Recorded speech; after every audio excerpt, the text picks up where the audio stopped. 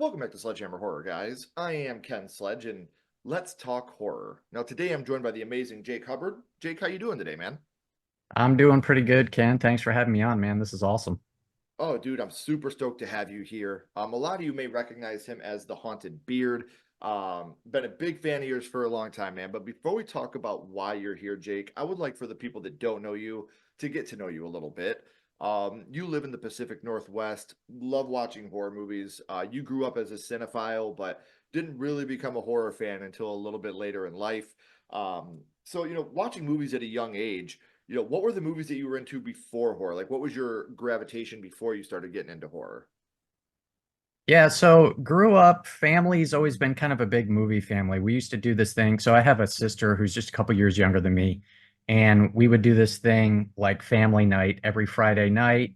Me and her, my mom and dad, we'd get together and we'd watch a movie. Typically, when we were kids, it was more of a family kids movie kind of thing, but we'd Sure. pop popcorn, bust out all the junk food and stuff. And so kind of just watching movies and stuff like that was always just kind of part of the family bonding thing and just growing up and all that stuff. And so I think that kind of started it, just my interest, I guess, in movies. But then what kind of took it to the next level is once I got to about, I would say, 12 or 13, is when I really kind of started getting into movies more as like, an art form or a creative process. And like, okay, there's people who actually make these and there's decisions that are made into, just kind of how movies are made and all the different aspects and things like that. And so then I kind of really started, I guess taking it to the next level, so to speak, and just kind of getting more involved in film history and just all that different stuff. And then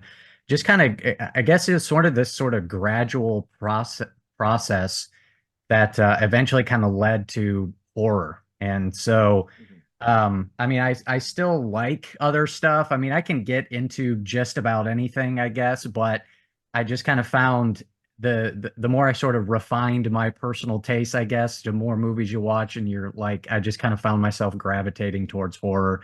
Those are the ones I found most interesting, and that I was just, thought were the best. And so, yeah, it's just kind of been this gradual progression that horror has just kind of always been something that I found interesting. So, Dude, I'm right there with you, man. Like, it's yeah, it's easily the funnest genre to talk about.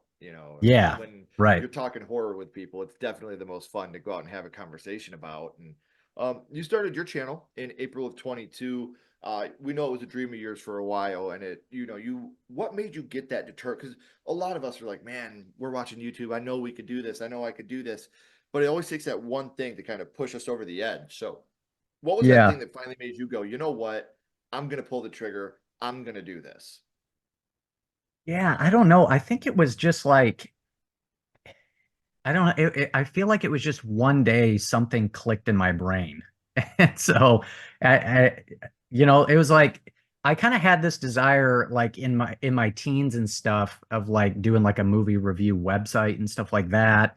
And then, YouTube kind of exploded when I was in high school and really started taking off. And it was kind of always just this thing in the back of my mind that I was like, man, I'd really like to do that. And of course, life is busy. There's always an excuse and a reason not to. And all that stuff. And it's funny because I back in like 2015, I made like, man, I don't know, 6 or 7 videos that I posted to my channel, and then it just stopped. And I don't know what happened. Life got busy, whatever it was. And then it was just like this desire that I had in my brain for so long. And whatever it was kind of just like it clicked and I was like, all right, no more excuses, no more reasons not to. I'm going to do it. And so that was pretty much it. And here we are, I guess. Yeah. Yeah, and I'm glad you did. And if you guys haven't checked it out already, I have all of the social media links as well as the YouTube link down in the description. So make sure you're checking out the Haunted Beard. Make sure you're subscribing to the channel, hitting that bell button so that way you get all the notifications. Turn those on. I promise you're not going to regret it. So for the people that haven't seen your channel yet, Jake, what can you tell people about a little bit of what you do over at the channel? Yeah, it's I mean, kind of the general stuff, a lot of movie reviews, try to keep up with a lot of the latest reviews and things like that, but also go enjoy going back into some of, older stuff. I've done some tier lists. I've done some top 10 stuff. I'm always looking for hidden gems myself. So I've done some hidden gem videos. I've done like, rankings and franchise reviews where I've gone through, Nightmare on Elm Street and Halloween and reviewed and ranked all those and stuff like that. So just all the good stuff, I guess. Yeah. Well, then now I got to know real quick. Friday the 13th, which one's your favorite? I guess I should say I haven't seen every single one of them, if you can believe that. Of the ones I have seen, I like 4 and 6. I like 6 because it's a little more, I don't know, tongue in cheek, self-aware. They kind of get that it's all pretty ridiculous at that point, and they kind of play into Yep. that. So I appreciated that aspect about it. I haven't seen a couple of like the later ones after 6. I saw the remake, which was okay. But yeah, 4 and 6 for me are the best ones so far. I'm a huge Jason Goes to Hell stan. So like I'm always like Okay. nobody likes that movie except for me, but I'm Yeah, always like defending the shit out of that movie because I love it so much. So I always ask people what they think about it. But you gotcha. know, in order to, do the haunted beard and in order to, do all these horror movie things that you do, horror had to start for you somewhere, Jake. So now I would like to go back to the past and talk about Sure. what got you started in the horror genre, your first horror movie. And Jake, the first horror movie you watched was Yeah, the first one that I watched was that I can remember anyway was The Sixth Sense. And what a great start to your horror life, yeah, man. yeah, not too shabby.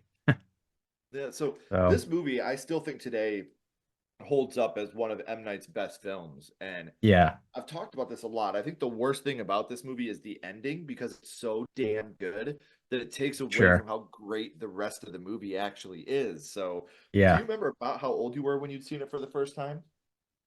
Yeah, I didn't see it when it came out, and I saw it probably a few years after that. So I was probably, I want to say around 12, maybe 13, somewhere right in there. And yeah, so And it's what an impressionable age for a movie like this because you got a lot. Everybody talks about Cole, obviously, but there's a lot of stuff that happens with kids throughout this movie. And when we're at that age, hmm we relate to the kids, so we're seeing things more yeah. from their point of view. So, do you remember who you were with when you watched it for the first time? I'm pretty sure we watched it together as a family, and I think that's why it stuck out because typically, we were watching more of the family friendly stuff, and that was kind of the first time. It's funny because neither of my parents really like horror, but me and my sister really love horror. And it's hilarious because like they'll keep saying that. Like my dad will tell us all the time, he'll be like, "Man, I don't know how you guys watch those scary movies." And then me and my sister will finally like get him to watch something, and typically he really likes it. Like he watched Barbarian just a few months ago or whatever, and he was like, he thought it was great. And so it's been cool to kind of, I don't know, gradually bring him into the horror group sort of thing. But yeah, I'm pretty sure I was with my family when we watched it for the first time. And yeah, definitely having that connection with the kids was something that really stood out to me that made it a memorable experience for sure. Right. And there's a lot of very effective scenes in this movie. But first off, I got to say, hell yeah, Dad. Barbarian was my favorite of 2022. So Yeah. I'm so happy. I actually I finally got a Barbarian shirt. I found it at a convention because obviously Disney's done Oh, nice. nothing physically with this movie. But there was a guy that had Barbarian shirts that he had made. I was like, I don't care. Shut up and take my money. Give it to me right now. I want it. Yeah. Fantastic film. But do you remember which scene from The Sixth Sense it was that affected you the most? Yeah, it's funny too because it's not the ending. Like what I remember more about that movie is some of the other stuff and is not the crazy twist ending. But there's a few different parts that really stuck out. I mean, the first one is like right from the get-go, you got that crazy scene that opens the movie with Donnie Wahlberg, standing there freaking out in his underwear in the bathroom, right? And you're like, what in the world is this?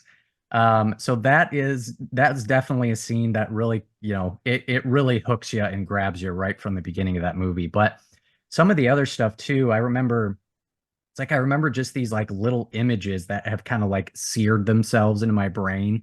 And like the scene where Cole sees the ghost of the young boy, and he's like, "Hey, let me show you where my dad keeps his gun." And then he turns around, he's got the big old, chunk of his head blown off, and I just remember being like, "Oh my gosh, what in the world?" Yeah. That shot definitely did. And then the whole scene with the little girl, Misha Barton, I think is Misha the Barton. actor. Yeah, that whole thing, he goes into her bedroom and like she's under the bed and like she trips him and everything, and that really kind of got me, and she's hiding under there. And then the whole scene where you find out that it was her mom that was, poisoning her and making her sick. I just remember being like, what in the world? Like it was just this crazy, horrific thing that I had never really seen anything like. I was like, this is crazy.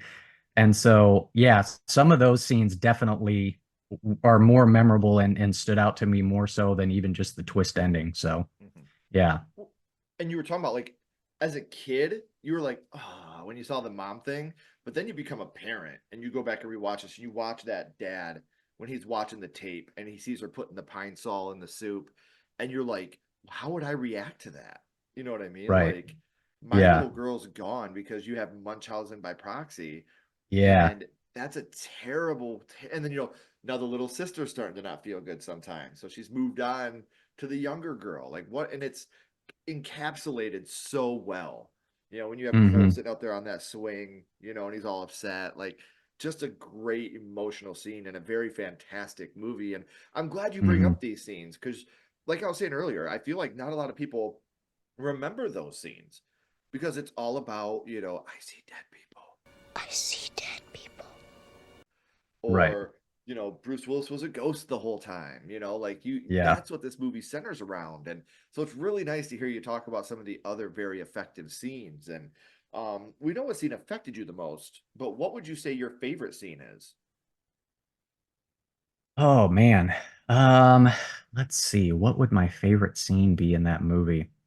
Um, Man, I feel like, I mean, I know there's that scene towards the end where Cole's finally telling his mom what's going on, kind of thing. Um, just really, that movie just, it has so many different aspects that work so well together, right? I mean, it's got the scares, it's got the disturbing stuff, it's got the unexpected twists, but it's also got this really strong, dramatic, emotional depth and punch to it as well. And Haley Joel Osment, I mean, obviously is just fantastic in it. And so, I mean, it's got to be one of the best kid performances of all time. Oh yeah. And but yeah, that scene is then he starts talking about grandma, right? And stuff like that. And yeah, that scene is really pretty powerful. So yeah. It really is. Like that scene rocks you, man. Yeah. Do I make Yep. her proud? And it's just like, oh, Yeah. like that whole scene is just so Right. rough, man. Right. um So, this is not a franchise. So usually when I talk about a movie that's a part of a franchise, I ask people what their favorite movie is in the franchise. But M. Night Shyamalan, he's very well known, and his movies are all very, very well tied in together and themes, so to speak. But so what Hmm. M. Night movie would you say is your favorite? Yeah,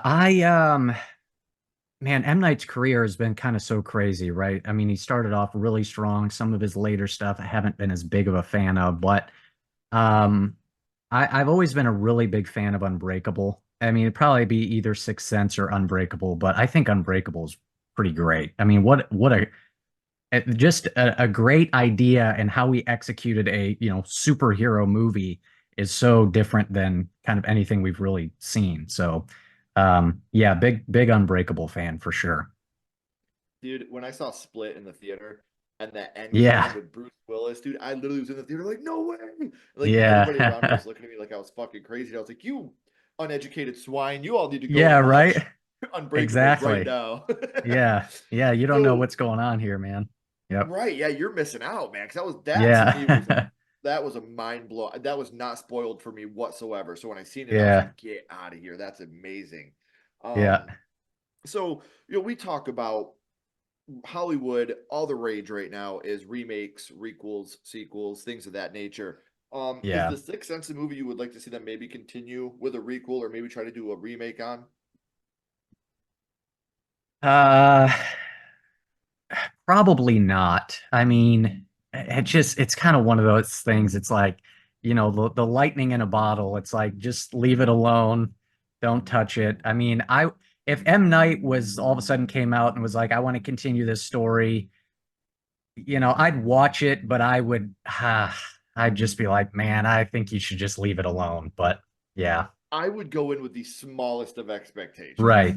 Yeah. Whether it was a remake or a requel that they're trying to do something new with, I would have the absolute smallest of expectations because, like you said, lightning in a bottle. Um, and unfortunately, I grew up with some assholes, and this movie was spoiled for me, so I didn't get to Okay. go into it blind. My cousins, I remember they were just like, "Yeah, you got to go see this movie. Bruce Willis is dead the whole time." And I remember Oh watching my it, being like, gosh. "Dude, like even as a kid, I was like, these guys suck, like Yeah. Right. dickheads, Come man." on, man. Yeah. Um, so we talk about The Sixth Sense, Jake, and what that movie means to you. But here for a second, I do want to throw a little bit of a curveball at you. My All little right. buddy Ghostface is here, and he has a question for you. What's your favorite scary movie, Jake? What is your favorite horror movie of all time? Yeah, so I did a video on my channel where I did my top 100, and I basically got to the point where I was like, my top 10 are pretty much interchangeable, but what I went with, which I typically say, is The Shining. Okay. So, but yeah, there's probably a dozen or so that I feel like could legitimately vie for that top spot, but I feel like The Shining it's a good pick. So that's the one I usually go with. Well, I mean, and The Shining is one of those movies that it's stood the test of time in so many different ways. I mean, it's Yeah. been parodied to death. People that have never seen The Shining know, here's Johnny. Here's Johnny. Hmm. Like there's just it's a movie that, like I said, it stands the test of time, but it also like is such a good encapsulation of addiction and a good way to show spousal abuse, and it really takes that real Sure. life horror and flips it on its head. So you'll never Yeah. get any argument out of me because I agree with you. I think The Shining is one of the greatest horror films. It's one of the greatest films ever made. um Yeah. and it shows that the abilities of Stanley Kubrick to come in and make that isolation so scary. Like one of my favorite moments in that movie is when Jack is just looking out the window and he's got that blank face and you can see Yeah. that he's not right anymore. Right. Yeah, It's he's such just an amazing. gone. Yeah, Yeah. he's not there anymore. Right. And the movie is so impactful. Like you guys right now, you see the tricycle driving, you can hear that, even though you can't. I don't have the audio on there. You guys can hear him riding around on the tricycle. Like this movie is just so impactful and so amazing, and I do love it Yeah. so much. So you won't get any argument out of me, but I do gotta know real quick. What were All your right. thoughts on Doctor Sleep? Yeah, I liked parts of it and I didn't like other parts of it, I guess. I was kind of more mixed on it, and I feel like and it seemed like most people were definitely more positive than I was.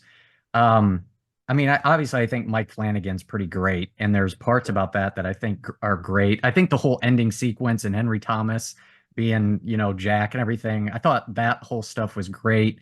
Um I think the disconnect for me is it's kind of weird. It's like it feels like it almost doesn't part of it doesn't fit with the original Shining, because the original Shining kind of largely avoided the shining element, the whole supernatural stuff. It didn't really get Sure. into that all that much, whereas Doctor Sleep got into it a whole lot more. And so I don't know, it's been a little while since I've seen it, so I'm not super fresh on it, but there was kind of that whole aspect with the Shining thing that I guess I didn't find as impactful or as scary as the stuff that that Kubrick went for in the original movie. So I liked the performances though. Oh, what's her name? The main woman who plays Rose the Hat. yeah, Rose the Hat, her actor, I can't think of her name. But yeah, she's fantastic in it. But yeah, I don't know. Just I think the supernatural stuff I don't know, didn't really work for me too well in it. But there's definitely stuff that I liked about it though. Oh yeah, and Rebecca Ferguson. Yeah, I yeah, had to look thank that you. up because it was Yeah, bothering me too. Like yeah, I was drawing a I blank. had to look it Yeah, up. she's fantastic in it for sure. But Right. And yeah, I agree with you. Like for me personally, it's my favorite horror sequel of all time. I thought okay. that, and what I love about this movie is people that have never seen The Shining, can still go watch Doctor Sleep and they can still understand what's going on.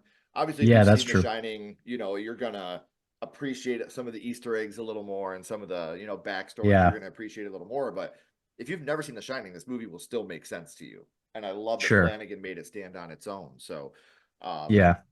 man, I've enjoyed having you on. I've loved talking to you about The Sixth Sense and The Shining and Doctor Sleep. But before I let you go, man, we always bounce back to the same question. We're going to go back to The Sixth Sense. And what we're going to do, Jake, is rank this movie on a skull count. Now, we're not Okay. ranking it on acting, production, score, direction, nothing like that. We're not being critics. All we're doing is ranking The Sixth Sense on how much it affected you on your first viewing. So, 0 skulls being not effective, 5 being extremely effective. You can use half and quarter skulls anywhere in the middle. Jake, what would your ranking of The Sixth Sense be? Man, I would say I gotta give it at least a 4.5, if not a 5. It was, yeah, I mean, extremely memorable. In fact, I didn't even say, but I remember that night being scared to go to bed. Yeah. And so, yeah, it kept me up and I was like kind of freaked out. And so having it been at that stage in my life, yeah, I'll give it a 5. I would say it, I mean, it implanted itself and who knows how much that led to my, love of horror now, but I think it definitely had a part to play. Well, So, and that's what I was just gonna say. Like when you do this type of stuff, for me, my first horror movie was House from 1985, and I feel like without that movie, I wouldn't be who I am today if I didn't watch that sure. movie when I did. It was an integral part of me becoming a, human being. Like I don't remember life Yeah. before House. Like I just don't. So, um, I know I said this at the beginning, guys, but we're at the end of the third act. The credits are about to roll and the curtain's about to drop. But before that happens, all of Jake's social media links and YouTube link are down in the description. So make sure you're subscribing. Make sure you're following on social media to stay up to date with all the amazing things he has coming up for us. Jake, please don't go anywhere. I got a couple more questions for you. Everyone else, if you haven't already, please like, comment, and subscribe. It does help build the channel more than you know. And follow Sledgehammer Horror on social media. Our links are in the description as well. But until next time, keep talking horror, stay what you are, and we'll see you guys soon.